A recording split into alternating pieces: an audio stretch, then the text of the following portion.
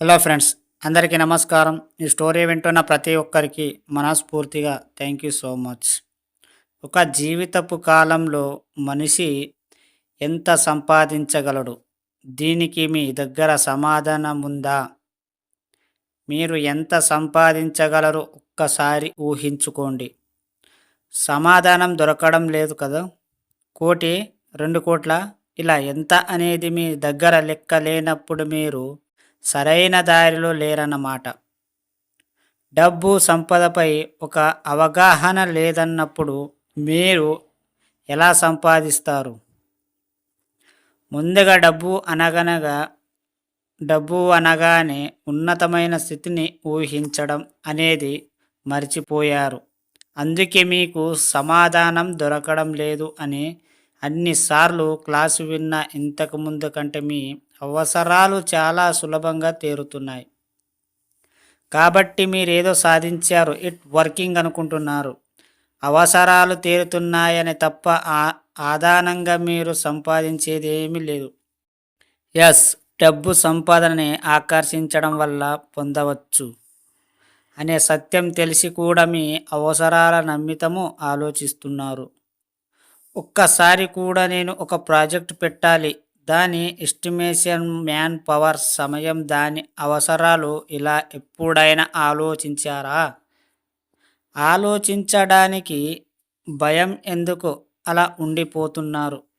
ఇంత రహస్యాన్ని మీ ముందు పటపంచులు చేసిన మీరింకా భయపడుతున్నారను.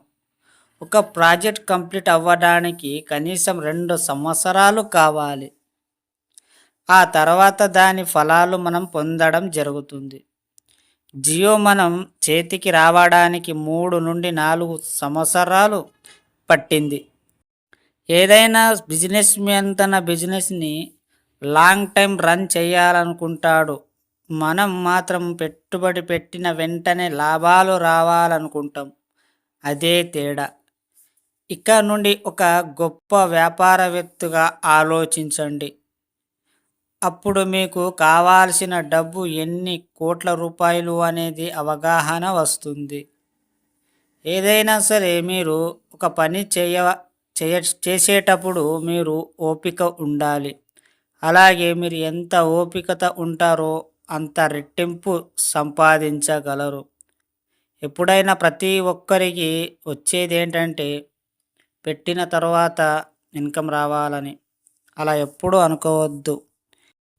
ఒక వ్యాపారం స్టార్ట్ చేసేటప్పుడు ఫస్ట్గా 6 మంత్ నా జీతం లేదు అనుకొని మీరు చెయ్యండి. ఏదైనా సరే ఒక వ్యాపారం స్టార్ట్ చేయగానే మీరు ఇన్కమ్ని ఆశించకూడదు.